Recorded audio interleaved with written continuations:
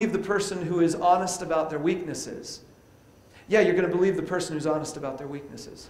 So if these guys are willing to be honest about their weaknesses, then we should probably trust them about the things that they are telling us. The third thing is this: it's not self-denigrating honesty, it's countercultural honesty. And just real briefly, one of the things that they say is that the women were the first ones to come to the tomb of Jesus after his resurrection. Now, in their society, women were not considered valid witnesses for anything. And so if you were to say that the women are the ones who were the first ones to bear eyewitness account of this event, then in that culture back then, you are saying something that no one cares about, that doesn't matter. But here's the deal. The writers thought it was so important to tell us the truth and what actually happened that if the women got there first, they're going to tell us the women got there first. They're not going to change the story to say, no, the men really got there first. They're going to go ahead and tell us the thing that some people might consider unbelievable. It's countercultural to their day.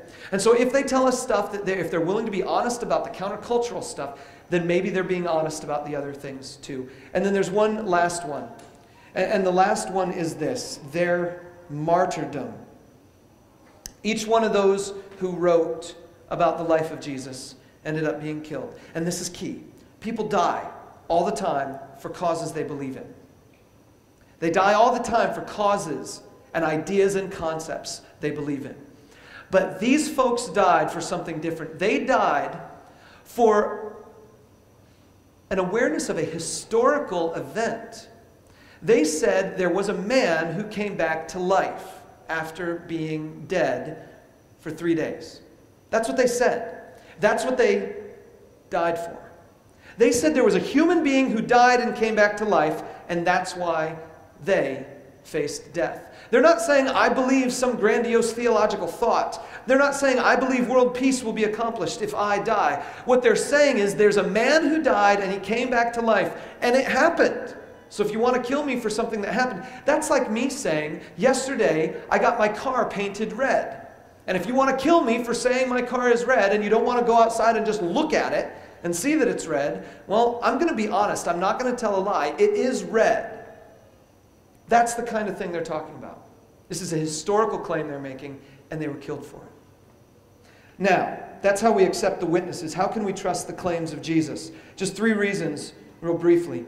Number 1 is universal positive acceptance. And what I mean by that is that every single person who knows about Jesus says these things about him. They say, well, he was a good man. He was a good teacher. He was a moral person. There is almost no one, I've never found anyone who would say Jesus was a bad individual. No one says that.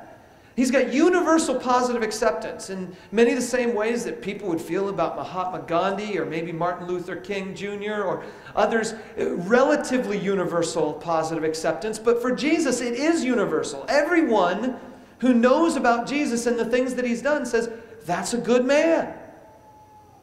Okay, that puts him a little higher on the totem pole than most others.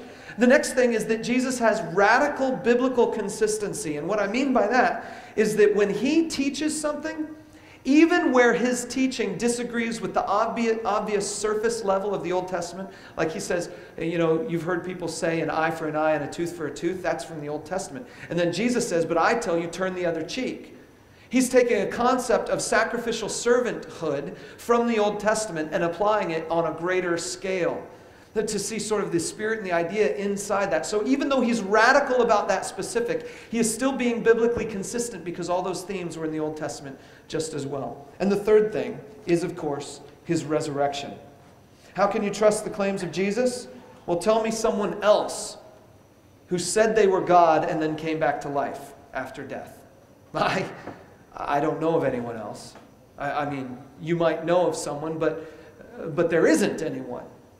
Historically, accurately, everything that we know about Jesus says that he came back to life. Even people who don't believe in Jesus as God still believe that he came back to life. It's an amazing phenomenon in our country that more people believe that Jesus has come back to life from the dead than believe that he actually is the Son of God and the only way to know God. That's an amazing thing. But this is the deal. We have, through this, Are intellectual questions addressed? And I want to ask you if this is enough to get you to a place where you can trust Jesus. Are these enough to address your intellectual questions, to satisfy them?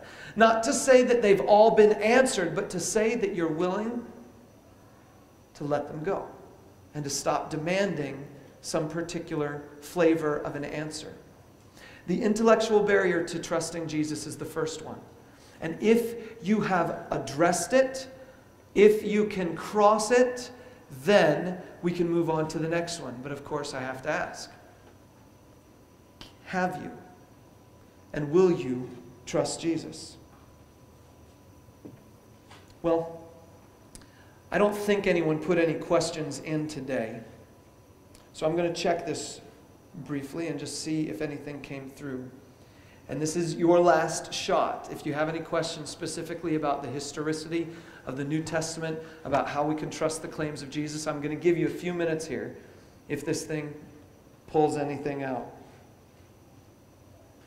Someone last week just said as a comment that I thought I should read.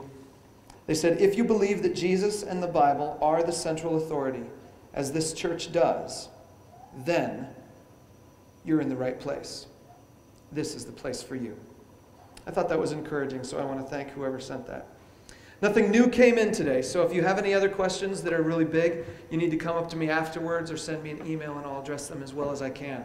But what I want to do is I want to take you through the rest of this passage to deal with the stuff that is more important to us. The stuff that really will grab your heart, I hope. And so I want to read to you the next section of this passage, beginning in verse 25. John chapter 6, beginning in verse 25. Jesus went to the other side of the lake, and the people chased him down, and we begin, and it says, when they found him on the other side of the lake, they asked him, Rabbi, when did you get here? Jesus answered, I tell you the truth. You're looking for me not because you saw miraculous signs, but because you ate the loaves and had your fill. Do not work for food that endures. Do not work for food that spoils, but for food that endures to eternal life, which the Son of Man will give you. On him, God the Father has placed his seal of approval. Then they asked him, what must we do to do the works God requires? Jesus answered, the work of God is this, to believe in the one he has sent. So they asked him, what miraculous sign then will you give that we may see it and believe you? What will you do? See, there's their intellectual problem. They're saying, I have an intellectual problem. I can't really